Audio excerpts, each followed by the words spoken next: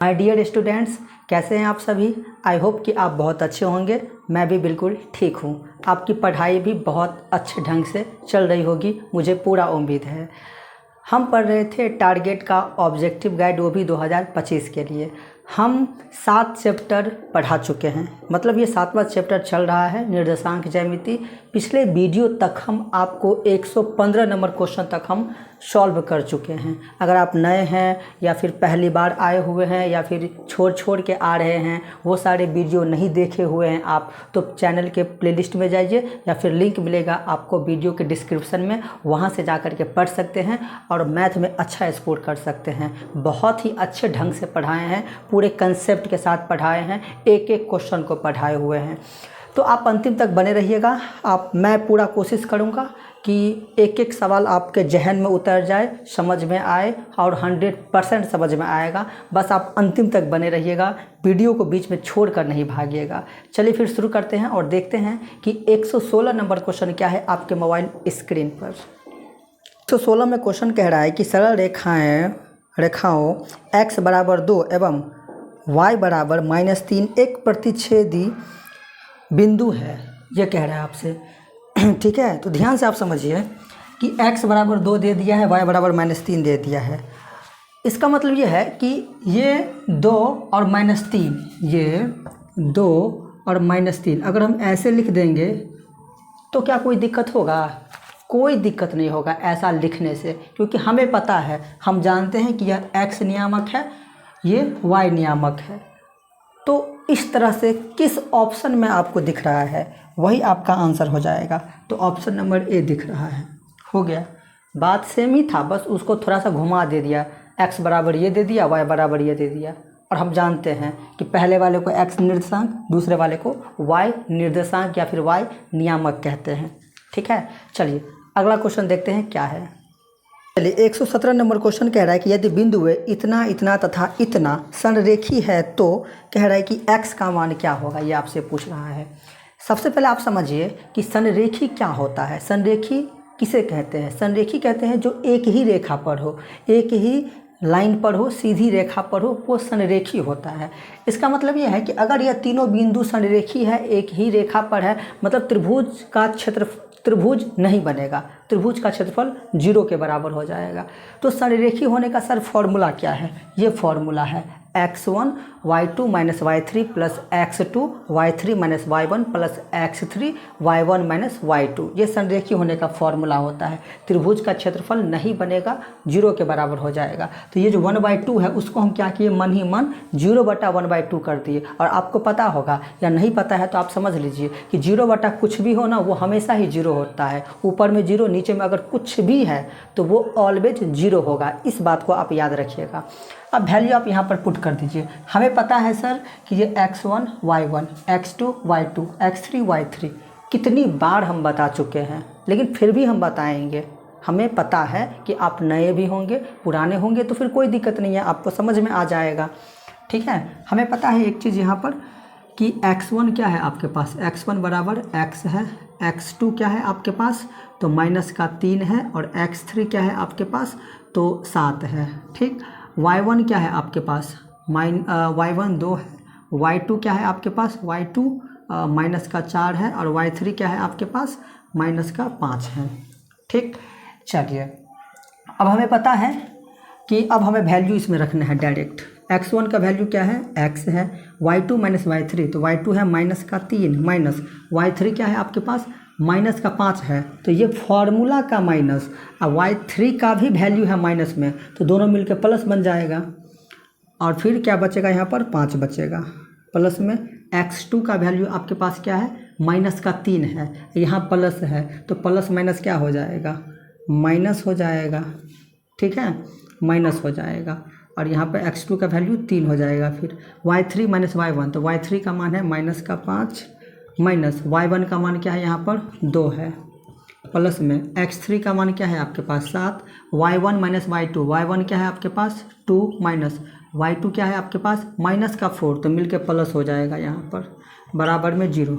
अब हम क्या करेंगे, सबसे पहले ये जो छोटी कोष्ठ है ना, उसके अंदर का काम करेंगे। सबसे पहले यहाँ पर देखिए 5 में से 3 को घटा देंगे तो 2, 2 को x से गुना कर देंगे तो 2x, माइनस माइनस माइनस, लेकिन जोड़ देंगे। माइनस माइनस प्लस कब होता है? जब हम गुना करते हैं या भाग करते हैं तब जाकर के माइनस माइनस प्लस होता है। अदर टाइम में माइनस माइनस माइनस होगा, लेकिन जोड़ देंगे तो 5 2 7 माइनस का, तो माइनस का 7 अब बाहर में है माइनस का 3, तो गुना करेंगे तो माइनस माइनस प्लस, और 7 तिया 21, 4 2 6, 6 7 प्लस का 42 हो जाएगा, बराबर में 0। यहाँ पर हो जाएगा 2x, दोनों को जोड़ देंगे तो 2 1 3, 4 2 6, ठीक, प्लस यहाँ पर y2 का मान जो है ना, वो y2 का मान माइनस का 4 होगा। यहाँ पर मिस्टेक से 2 हो गया था, ठीक है। फिर 5 में से 4 को घटाएंगे तो 1 होगा, इधर सब ठीक ही है। 1 को x से गुना करेंगे तो 1x होगा, इस दोनों को जोड़ेंगे तो 63 होगा, उधर भेज देंगे तो माइनस का 63, और x बराबर माइनस 63 हो जाएगा इसका फाइनल आंसर, ठीक है। चलिए, आई होप आप समझ गए होंगे, और इस टाइप के सवाल हम पढ़े हुए भी हैं बहुत सारे पीछे के वीडियो में। चलिए अगला क्वेश्चन देखते हैं क्या है। 118 नंबर में है कि एक त्रिभुज OAB जिसके शीर्ष दे दिए गए हैं, तो इनका क्षेत्रफल बोल रहा है क्या होगा, ठीक है। ध्यान से समझिए, इसको थोड़ा मैं अलग तरीक़ा से बनाऊंगा। सबसे पहले हमें पता है कि ये x ये y होता है, ठीक। अब आप ध्यान से देखिए आपके क्वेश्चन में कि एक बिंदु दे दिया है आपको 0,0, B बिंदु, O बिंदु जो है वो 0,0 है। मान लेते हैं कि ये हमारा O है जिसका निर्देशांक 0,0 है, और आपको पता है कि 0,0 जो है वो मूल बिंदु का निर्देशांक होता है। किसका निर्देशांक होता है? मूल बिंदु का, जो कि आपके क्वेश्चन में दिया गया है। O 0,0 दे दिया है, तो वहाँ पर हम क्या किए, रख दिए मूल बिंदु पर। फिर आपके क्वेश्चन में है कि A जो है वो 1,0 है, A 1,0 है, मतलब x अक्ष पे A,0 है, ठीक है। उसके बाद फिर आपके क्वेश्चन में है B 0,B, तो x पे हमें 0 जाना है, मतलब कहीं नहीं जाएंगे, यहीं रहेंगे, और y पर B जाना है, तो मान लेते हैं कि यहाँ पर है कहीं पर 0,B है, मान लिए, ठीक। और इसका नाम A रख दिए, सॉरी इसका नाम A रख दिए और इसका नाम B रख दिए, ठीक है। ये सब कुछ आपके क्वेश्चन में दिया गया है। मूल बिंदु के निर्देशांक दे दिया है 0,0, और एक बिंदु दे दिया है A जिसमें x पर A चलना है, तो मान लिया हम कि ये x A है, मान लिए थोड़ी देर के लिए, मानने में क्या जाता है। अब y पर 0 जाना है, मतलब नहीं जाएंगे, यहीं पर रहेंगे। फिर एक और बिंदु दिया गया है आपके क्वेश्चन में B, जो कि 0,B है, मतलब x पर 0 चलना है, मतलब कहीं नहीं चलना है। y पर B जाना है, तो y पर B, मान लिए कि यहाँ पर कोई बिंदु B है, उस निर्देशांक का नाम हम रख दिए B, ठीक है। उस बिंदु के निर्देशांक का B नाम रख दिए, जो कि क्वेश्चन में ही है। अगर हम यहाँ से इसको मिला दें इस तरह से, तो ये समकोण त्रिभुज बन जाता है, ठीक। और अगर मूल बिंदु से यहाँ तक, मूल बिंदु से बिंदु 1,0 की दूरी A हो जाएगा, मूल बिंदु से y अक्ष पर 0,B की दूरी क्या हो जाएगा, B हो जाएगा, ठीक है। अब यहाँ पर हमें फॉर्मूला पता है क्या होता है, इस क्षेत्रफल क्या होता है इसके, तो 1/2 आधार गुने ऊंचाई होता है, या त्रिशलम कहिए, तो 1/2 आधार क्या है आपके पास A, ऊंचाई क्या है आपके पास B, और यही आपका क्या हो जाएगा, फाइनल आंसर हो जाएगा। समकोण त्रिभुज का क्षेत्रफल 1/2 गुना आधार गुने ऊंचाई होता है, और यहाँ की दूरी भी पता है और यहाँ की दूरी भी पता है। मूल बिंदु से x अक्ष की दूरी A है, मूल बिंदु से y अक्ष की दूरी B है, ये आधार हो जाएगा, ये ऊंचाई हो जाएगा, बन गया। कितना आसान था, बहुत ही इम्पोर्टेंट क्वेश्चन है। इसी टाइप के क्वेश्चन 100% पूछेगा आपके एग्जाम में। चलिए नेक्स्ट क्वेश्चन देखते हैं क्या है। 119 में कह रहा है कि यदि बिंदु 4,A रेखा 2x - 3y = 5 पर स्थित हो तो A का मान क्या होगा, ये आपसे पूछ रहा है। ये बिंदु है हमारा 4,A और एक रेखा दे दिया है 2x - 3y = 5। हालांकि यह समीकरण के रूप में है, लेकिन वो कह दिया है कि रेखा है तो है। हमें पता है कि यह हमारा x निर्देशांक होता है, ये y होता है। पहले वाले को x कहते हैं, दूसरे वाले को y कहते हैं। आपको क्या करना है, हमें a का मान निकालना है ना, तो ये रेखा पर x के जगह पर 4 रख दीजिए, y के जगह पर a रख दीजिए, अपने आप निकलेगा। देखिए कैसे, अगर 2 × 4 - 3 × a बराबर में 5, 4 को 2 से गुना करेंगे तो 8 माइनस 3 को a से गुना कीजिए, 3a बराबर में 5। ये माइनस में है ना, उधर भेज देंगे, तो जैसे ही उधर भेजेंगे तो इसका साइन बदलेगा, ये इधर आ जाएगा तो इसका साइन बदलेगा। तो 8 - 5 बराबर में 3a, 8 में से 5 गया तो 3 बराबर में 3a। इसको काट देंगे एक बार में तो 1 = a, मतलब a का मान क्या निकला, 1 निकला। कितना आसान था। इस तरह से बनाएंगे जब भी इस तरह से क्वेश्चन आए तो। अगर आप यहाँ तक आ गए हैं, समझ में आ रही है, तो एक बार वीडियो को अवश्य लाइक कर दें, ठीक है। चलिए नेक्स्ट क्वेश्चन देखते हैं क्या है आपके मोबाइल स्क्रीन पर। चलिए 120 नंबर क्वेश्चन कह रहा है कि यदि बिंदुओं इतना इतना इतना से बने त्रिभुज का केंद्रक मूल बिंदु हो तो AQ + BQ + CQ बराबर है। बहुत ही खास क्वेश्चन है और समझने लायक क्वेश्चन है और पूछने लायक यह क्वेश्चन है। ध्यान से समझिएगा, लग रहा होगा बहुत बड़ा है, लेकिन कुछ भी नहीं है, ध्यान से आप समझिएगा। देखिए यहाँ पर क्वेश्चन में ही आपको कह दिया है कि इन 3 शीर्षों से बना एक त्रिभुज है जिसका केंद्रक मूल बिंदु है। ये मैं नहीं कह रहा हूँ, आपके क्वेश्चन में दिया गया है। ये जो केंद्रक है वो क्या है, मूल बिंदु है, केंद्रक मूल बिंदु है, ठीक। ये आपके क्वेश्चन में दिया गया है इतना चीज़। तो कह रहा है कि AQ + BQ + CQ क्या होगा। ध्यान से आप समझिए, केंद्रक दिया है, फॉर्मूला भी उसी का बनता है, अभी तक हम वही पढ़ ही रहे हैं, ठीक। फॉर्मूला उसी का बनता है। तो हम क्या करेंगे कि ये जो त्रिभुज है उसका केंद्रक जो दिया गया है उसका फॉर्मूला लगाएंगे। क्या होता है उसका फॉर्मूला, तो x1 + x2 + x3 बटा में 3, y1 + y2 + y3 बटा में 3 होता है। किसका फॉर्मूला, त्रिभुज के केंद्रक का फॉर्मूला लगा दिए और त्रिभुज के केंद्रक मूल बिंदु आपके क्वेश्चन में दिया गया है। ध्यान से पढ़ेंगे तो पता चलेगा आपको, ठीक है। आइए अब यहाँ पर देखिए कि ये जो हमारा x निर्देशांक है, इस x निर्देशांक के बराबर कर देंगे हम, ठीक। तो अगर 0 = a + b + c बटा में 3 है, क्रॉस गुना करेंगे तो a + b + c को 1 से गुना करेंगे तो कोई फ़र्क नहीं पड़ेगा, वही चीज़ होगा। बराबर में 3 को 0 से गुना कर देंगे तो 0 होगा, ठीक है। अब यहाँ पर देखिए कि अगर a + b + c बराबर 0 है तो याद कीजिए, आप 9th क्लास में बहुपद वाले चैप्टर में आप पढ़े होंगे कि अगर a + b + c बराबर 0 है तो, चूँकि हम देख रहे हैं यहाँ पर कि a + b + c बराबर 0 है, इसीलिए a³ + b³ + c³ बराबर क्या हो जाएगा, 3abc हो जाएगा। ये आप कहाँ पढ़े हुए थे, तो 9th क्लास में पढ़े हुए थे। कितना आसान था। अब आपके दिमाग में आ रहा होगा कि सर आप इसको इसके बराबर क्यों नहीं किए, y नियामक को y नियामक के बराबर क्यों नहीं किए। हम इसलिए नहीं किए क्योंकि ये भी हमारे पास a + b + c ही है। आपको लग रहा होगा कि उल्टा पुल्टा है, लेकिन जैसा ये है वैसा ये भी देखने में लग रहा है। तो अगर मैं y नियामक को y नियामक के बराबर करूँ तो कोई फ़र्क ही नहीं पड़ेगा, हमको फिर से वापस यही चीज़ मिलेगा, ठीक। इसलिए हम क्या किए, केवल इसको इससे बराबर करके हम बना दिए, ठीक है। चलिए अगला क्वेश्चन देखते हैं क्या है। क्वेश्चन में आपको त्रिभुज के 3 शीर्ष दे दिया है आपको, ठीक है, और कह रहा है उसका क्षेत्रफल क्या होगा। बहुत सारे क्वेश्चन में हम क्या किए थे, इस टाइप के क्वेश्चन में त्रिभुज बना करके तीनों शीर्ष रख करके आपको समझा देते। इस बार क्या किए, हम त्रिभुज नहीं बनाए, डायरेक्ट उसका शीर्ष लिख दिए जो दिया था आपके क्वेश्चन में। वहाँ से हम x1 x2 x3 y1 y2 y3 निकाल लिए हैं, जो कि आपको पता होगा।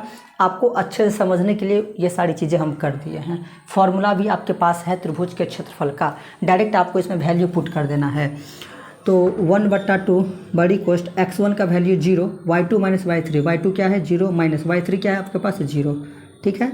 प्लस में x2 आपके पास क्या है x2 0, y3 - y1, y3 - y1 4 है यहाँ पर। प्लस में x3 का मान क्या है आपके पास 3, y1 - y2, y1 - y2, y2 क्या है आपके पास 0 है, ठीक है। अब कोष्ट वाला काम करेंगे। सबसे पहले हम 1/2, 0 में से 0 गया तो 0, 0 को 0 से गुना कर देंगे तो 0 होगा, तो वो हम नहीं लिखेंगे। अब यहाँ पर आइए, 4 में से 0 को घटाएंगे तो 4 होगा। 4 को अगर हम 0 से गुना करेंगे तो क्या होगा, 0 ही होगा, वो भी नहीं लिखेंगे हम। 4 में से 0 गया तो 4, 4 को 3 से गुना कर देंगे तो कितना होगा, 12 इंटू मतलब गुना, 2 छक्के 12, 6 आपका फाइनल आंसर होगा। क्या आपके ऑप्शन में दिख रहा है 6? 6 दिख रहा है, यही आपका आंसर हो जाएगा। ठीक है, आई होप कि आप समझ गए होंगे। चलिए नेक्स्ट क्वेश्चन देखते हैं क्या है। क्वेश्चन में कह रहा है कि बिंदु -2,5 किस चतुर्थांश में स्थित है। जब भी आपको एक बिंदु दे दे और पूछे कि किस चतुर्थांश में स्थित है, किस क्वाड्रेंट में स्थित है, किस पाद में स्थित है, तो वही होता है आंसर, जो होना होगा वही होगा। देखिए कैसे, जब भी इस तरह से आपको बिंदु दे दे, पूछे ये सारी चीज़ें, तो आपको क्या दिया है संख्या, उस पर ध्यान नहीं देना है, केवल साइन पर ध्यान देना है। यहाँ पर सर क्या है, माइनस है, 5 के आगे में क्या है, प्लस है। तो अब याद कीजिए आप कि माइनस और प्लस किस पाद में, किस चतुर्थांश में आता है। तो माइनस और प्लस याद रखिएगा कि यह जो है वो द्वितीय में आता है, द्वितीय पाद में आता है या फिर चतुर्थांश कहिए। सर प्लस में क्या आता है, प्लस प्लस किस चतुर्थांश में आता है, तो प्रथम चतुर्थांश में आता है। द्वितीय में माइनस और प्लस, तृतीय में माइनस और माइनस, चतुर्थ में प्लस और माइनस। ये बातें आपको याद रखनी जरूरी है। और ये कैसे हुआ, क्यों हुआ, कहाँ से आया, सब कुछ हम फर्स्ट वीडियो में बता चुके हैं। अगर आप नहीं देखे हैं तो प्लेलिस्ट में जाइए, एक लाइन से चैप्टर वाइज आपको सारा कुछ मिल जाएगा, सारे चैप्टर आपको मिल जाएंगे, वहाँ से जा कर के आप पढ़ सकते हैं। चलिए फिर अगला क्वेश्चन देखते हैं क्या है आपके मोबाइल स्क्रीन पर। क्वेश्चन कह रहा है आपको कि y अक्ष से बिंदु 3,4 की दूरी क्या होगी, ये आपसे पूछ रहा है। बहुत ही खास क्वेश्चन है, ध्यान से समझते हैं हम इस क्वेश्चन को। सबसे पहले यहाँ पर हम एक ग्राफ को हम क्या करेंगे, तो रैंडमली बनाएंगे हम। ये हमारा एक्स एक्सिस, ये y होता है, ये आपको पता है, ये मूल बिंदु होता है। ठीक है, अब यहाँ पे हम y डैश और x डैश नहीं लेंगे क्योंकि इसकी ज़रूरत नहीं है हमें यहाँ पर, इसलिए हम जानबूझ करके नहीं लेंगे। सबसे पहले इस बिंदु को हम इस ग्राफ पर पुट करते हैं। ठीक, x पर 3, y पर 4 हमें जाना है। मान लेते हैं कि यहाँ पर 3 है, मान लेते हैं कि यहाँ पर 4 है। अगर थोड़ी देर के लिए मानने के लिए क्या जाता है हमको, हम मान लिए कि ये x अक्ष पे ये 3 है, ये 4 है, तो ये x पर 3 और ये y पर क्या है, 4 है। तो ये दोनों बिंदु आपस में कहाँ मिलेंगे, मान लेते हैं कि यहाँ पर मिल जाएगा। ये बिंदु बनेगा 3,4 बनेगा, इसका नाम A रख दिए हम। ठीक, अब कह रहा है कि y अक्ष से आप इस बिंदु की दूरी निकालिए। ये तो हमारा x अक्ष हुआ, ये y अक्ष हुआ। तो y अक्ष पर, तो y अक्ष पर हमको तो पता है कि ये 4 है, लेकिन y अक्ष पर x निर्देशांक हमको नहीं पता है। तो आपको बताए हुए थे कि y अक्ष पर x नियामक 0 होता है, x अक्ष पर y नियामक 0 होता है। हमारे पास 2 ही अक्ष है, जो नहीं होगा उसके जगह पर 0 रख देंगे, तो x नियामक 0 हो जाएगा। ठीक है, और इस बिंदु का नाम हम रख देंगे क्या, तो मान लेते हैं B रख देते हैं, सिंपल सी बात है। अब इन दोनों के बीच की हमें दूरी ज्ञात करना है। दूरी फॉर्मूला आपको पता होगा। ठीक है, AB के बीच की दूरी निकालना है, दूरी फॉर्मूला आपको पता होगा, क्या होता है, x2 माइनस x1 का whole square, x2 minus x1 का होल स्क्वायर प्लस में y2 माइनस y1 का whole square, y2 minus y1 का होल स्क्वायर होता है। 3 में से 0 गया तो 3, उसका स्क्वायर कर देंगे तो 9 होगा। 4 में से 4 गया तो 0, 0 का स्क्वायर तो 0 ही होगा, तो वो लिखने से भी कोई फ़ायदा नहीं होने वाला है। 9 का वर्गमूल निकालेंगे तो 3 होगा, और यही आपका फाइनल आंसर हो जाएगा। ठीक है, समझ में आ रहा है। चलिए, मुझे पूरा उम्मीद है कि आप समझ रहे होंगे, और मैं पूरा कोशिश कर रहा हूँ कि जितना डिटेल में हो आपको समझ में आए, हम शॉर्टकट में न जाए। ठीक है, नहीं तो इस टाइप के क्वेश्चन को देख कर के मैं जवाब दे सकता हूँ। मैं खुद की बात अगर करूँ तो आप भी कर सकते हैं। वो सारी चीज़ होगी प्रैक्टिस से। प्रैक्टिस जब तक आप नहीं करेंगे, आप फास्ट में नहीं बना सकते हैं, आपका दिमाग फास्ट काम नहीं कर सकता है, इसलिए प्रैक्टिस करना बहुत ही ज़रूरी है। चलिए नेक्स्ट क्वेश्चन देखते हैं क्या है। चलिए नेक्स्ट क्वेश्चन में कह रहा है कि एक बिंदु दे दिया है और कह रहा है कि मूल बिंदु से दूरी क्या होगी। तो मूल बिंदु से दूरी बराबर एक फॉर्मूला आता है डायरेक्ट, एक्स स्क्वायर प्लस में वाई स्क्वायर। ये किसका फॉर्मूला है, तो सर मूल बिंदु से दूरी का फॉर्मूला है। ये हमारा एक्स नियामक होता है, ये वाई नियामक होता है। तो एक्स मतलब -4 का स्क्वायर, वाई नियामक आपके पास 6 है, उसका स्क्वायर कर दीजिए। ठीक, माइनस को 2 बार गुना करेंगे तो प्लस, 4 को 2 बार गुना करेंगे 4 से तो 16, माइनस को 2 बार गुना करेंगे तो प्लस, 6 को 6 से गुना करेंगे तो 36, 6 6 12 के 2 हाथ से 1 3 1 4 और 1 5, रूट का 52। यही आपका क्या होगा तो फाइनल आंसर हो जाएगा। या फिर आप इसको ऐसे भी कर सकते हैं 13 गुना 4। जब इसका वर्गमूल निकालेंगे तो आपको 13 गुना 4 मिलेगा, 2 बार मिलेगा आपको, ठीक है। तो 4 का वर्गमूल क्या होगा 2, 13 का तो निकलेगा नहीं तो उसको हम ऐसे ही छोड़ देंगे। तो अगर आंसर में ऐसे हो तो ऐसे लिखेंगे, अगर ऐसे हो तो ऐसे लिखेंगे, ठीक। चलिए नेक्स्ट क्वेश्चन देखते हैं क्या है। चलिए अगला क्वेश्चन है जिसमें आपको 2 बिंदुओं के निर्देशांक दे दिया है, उस बिंदु का हम नाम रख दिए ए और बी, ठीक। वो आपको क्वेश्चन में दिया गया है। कह रहा है कि इन दोनों के बीच की दूरी क्या होगी। दूरी का एकमात्र फॉर्मूला है हमारे पास, अभी तक जो पढ़े हैं उसमें दूरी निकालना है ए बी के बीच की। फॉर्मूला होता है x2 - x1 का whole square plus y2 - y1 का होल स्क्वायर, वो भी रूट के साथ में। वैल्यू पुट कर दीजिए। हमें पता है सर कि ये x1 ये y1 ये x2 और ये y2, x2 - x1 का होल स्क्वायर प्लस में y2 - y1 का होल स्क्वायर हो जाएगा, ठीक है। माइनस माइनस माइनस जोड़ दीजिए, 4 2 6, 6 का स्क्वायर 36 प्लस 5 में से 2 गया तो माइनस का 3, 5 में से 2 गया तो 5 में से 2 गया तो माइनस का 3, उसका स्क्वायर कर देंगे तो 9 होगा, ठीक है। 36 में अगर हम 9 को जोड़ देंगे तो कितना होगा 45 होगा। देख लीजिए क्या इतना ही पर छोड़ा है या फिर आगे भी बढ़ा गया है। x2 अच्छा x2 यहाँ पर जो है ना वो 3 है माइनस का, तो 4 3 7 7 7 49 यहाँ पर हो जाएगा। 49 में 9 को जोड़ दीजिए, 49 10 59 58, क्या 58 दिख रहा है ना, 58 ऑप्शन नंबर बी जो है वो करेक्ट हो जाएगा। इस तरह से बनाएंगे, ठीक है। तो आज के वीडियो में इतना ही रहने देते हैं। आई होप कि आपको समझ में आया होगा। मैं भी पूरा कोशिश किया हूँ आपको बेहतर से बेहतर ढंग से समझाने की। इसी तरह के वीडियो के लिए अगर आप चाहते हैं कि पूरे बुक का ऑब्जेक्टिव PYQ के रूप में चैप्टर वाइज अगर आप पढ़े और कुछ दिनों के बाद सब्जेक्टिव क्वेश्चन चैप्टर वाइज पढ़े और मैथ में अच्छा स्कोर करे, तो आप मेरे चैनल को ज़रूर सब्सक्राइब कीजिएगा। और अगर आपको लगे कि यह ज़रूरी है तो आप अपने दोस्तों में भी आप क्या कर दीजिएगा, इसे शेयर कर दीजिएगा ताकि उन्हें भी हेल्प मिल सके। मिलते हैं नेक्स्ट वीडियो में, तब तक के लिए जय हिंद जय भारत, टेक केयर। फिनिश।